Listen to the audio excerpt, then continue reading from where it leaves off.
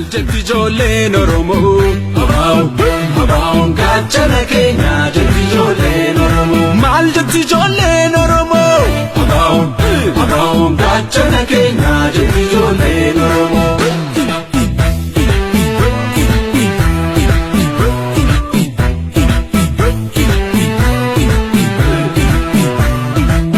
Bilisummaa saba isaaniif warra arjoome lubbuu abaa'oon gaachana keenya warra harkaa isaaniitiin ni galaalatti jibbu abaa'oon gaachana keenya Oromoon daggala isaatii Oromiyaadhaa mammisaa abaa'oon gaachana keenya abbaan biyyaa dhufe maarree alaabaasaa fannisaa abaa'oon gaachana keenya.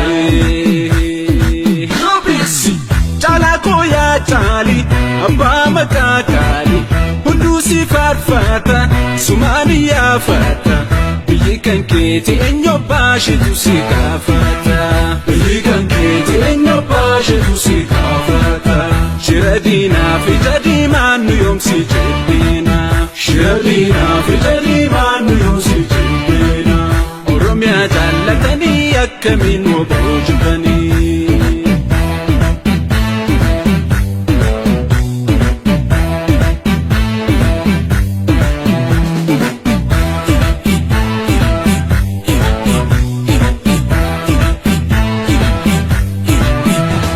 Biyyaa dhufe kunoo jaalleewwan isaa wajjinii Oromiyaa na gammadu bara isheetii baranii alaabaa isheen faayamtee kunoo baatee har'ammoo abaa'oon gaachana keenya jetti ijoolleen Oromoo.